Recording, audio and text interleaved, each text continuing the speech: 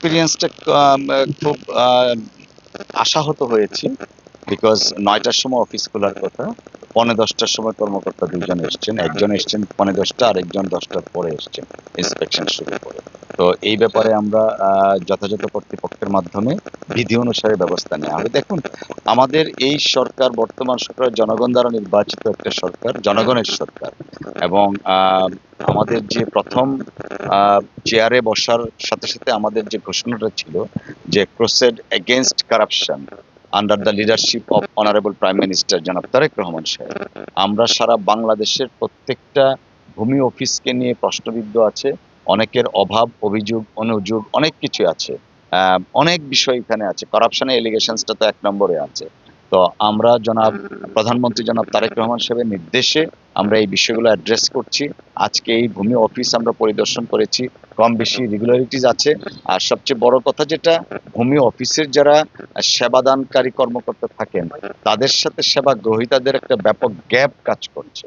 ওনারা properly explain করছেন না কোন কাজটা কতটুকু সময় লাগবে, কতদিন সময় লাগতে পারে।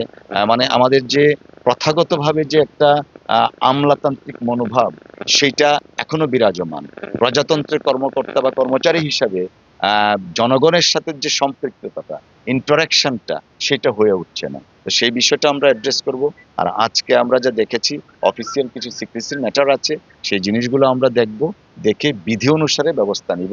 এবং আজকের এই আকস্মিক ভিজিট শুধুমাত্র শিবগিরগঞ্জের মধ্যে সীমাবদ্ধ থাকবে না, বাংলাদেশের যে কোনো প্রান্তে, যে কোনো দিন, যে কোনো অফিসে আমরা যাব। এবং এইভাবে একটা যেটা বলা হয় সারপ্রাইজ ভিজিট, সেটা আমরা অব্যাহত রাখবো। আমরা কারাপশনের এগেনস্টে আমাদের যে ভূমিকা, অর্থাৎ আমাদের যে ঘোষণা জিরো টলারেন্স, জনাব তারেক রহমান সাহেব মাননীয় প্রধানমন্ত্রী, ওনার নির্দেশে সেটা আমরা অব্যাহত রাখবো। এবং এইটা বাংলাদেশের সরকার, জনগণের সরকার এবং জনগণ দ্বারা নির্বাচিত সরকার হিসাবে আমরা জিরো টলারেন্স এগেনস্ট কারাপশন সেটা কার্যকর করবো ইনশাআল্লাহ। আপনাদের সকলকে ধন্যবাদ। কি বলবো, বলার আর কোনো ভাষা নাই। আমরা যে এলাকার মানুষ, কোনো ২% গণ্য করা না। ঠিক আছে, আমরা তো কারো ফোন বাজতেছে না না স্যার, আমাদের না, নিশ্চয়ই নিশ্চয়ই ওটা আমাদের একটা না না না, আমাদের একটা কল সেন্টারই আছে অভিযোগ জানানোর জন্য, 1622 1661 না আছে। না না, হয়রানি হইতে হবে না, আমরা এটাকে আরো উন্নত। এই নামটা মানে ক্লেম দাগযুক্ত, তাকে এইভাবে আকারে বেশ কম, তার জন্য তাকে ফোন করা হবে না। ঠিক আছে, দেখেন আমরা তো আমরা নিরপেক্ষ কিছু একটা চাই না, অফকোর্স আমরা তো আপনাদের দ্বারা ৩ বছর ধরে একটা কাগজ জমা দিছি, হাসে সেইটা নামঞ্জুর করে দিছে। আচ্ছা, আবার ফিরা আবার আরেকটা কাগজ জমা দিছি, এটা আমার বাবা মার ২০০ টাকা লিখে দিছে, সেইটাও নাবাতিল করে দিয়েছে। আবার এইবার কাজটা ৩ মাস হলো আমি জমা দিছি, সেইটাও নামঞ্জুর করে দিছে। তখন আবার ফিরা এইটা আবার ফিরা করতে আলা, এটা নামঞ্জুর করে নাকি কেমন করে নতুন হয় না। টাকা আমি দিছি না, ৩-৪ হাজার টাকা দিছি, টাকা ৩,০০০ টাকা দিছিলাম।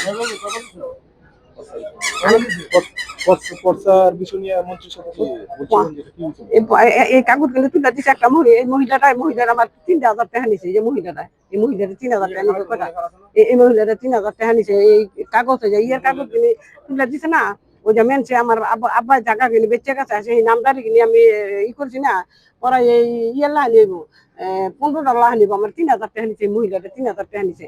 আরো কিস্তা তুলছি, আরো কিস্তা আমার ২,০০০ টাকা নিছে। ওই ছাড়া এরকম একটা কাটতো ছাড়া ৩,০০০ টাকা নিচ্ছে। আর করে কি আমার বাবার সম্পত্তি দেখতে যায়, দেখতে গিয়া ইয়া করে কি নামঞ্জুর করে, আমার বাপের পিতৃ সম্পত্তি আমরা কি বানানা।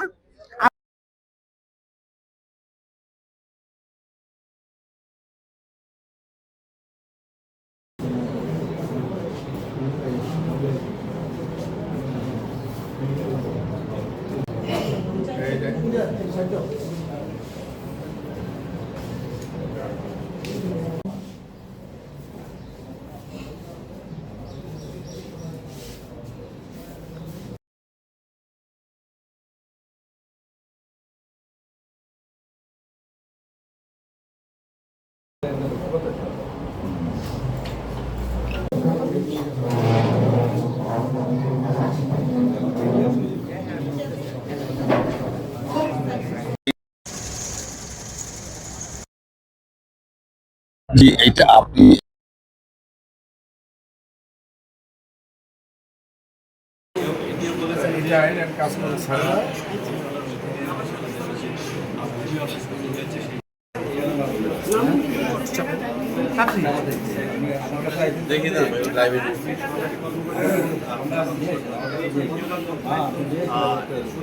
অফিস সহকারী অফিসার এসেছেন 9:20 এবং বাকি যে দুজন কর্মকর্তা আছেন তারা তাদের যে